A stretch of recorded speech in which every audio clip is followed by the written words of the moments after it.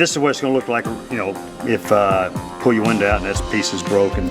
Part of the other part of the roller. Here's the new roller. New roller here. Goes in place of that. We got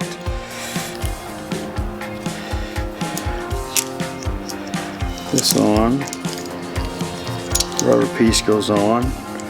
It's got a little slot that slides into there. That's probably the most critical roller you got on the window too. Yes. And then of course take this off, unscrew the back of it, pull it off, put it on like this. Oh, and on the back you got the nylon washer.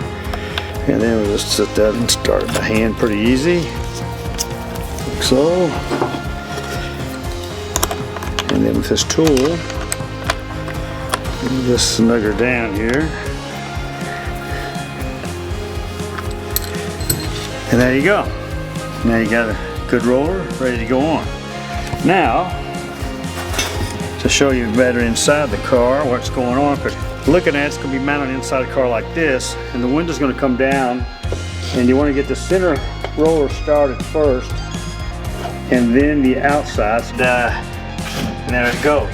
So this here will go inside the track, and what rolls the glass up and down before the regulator fits in here.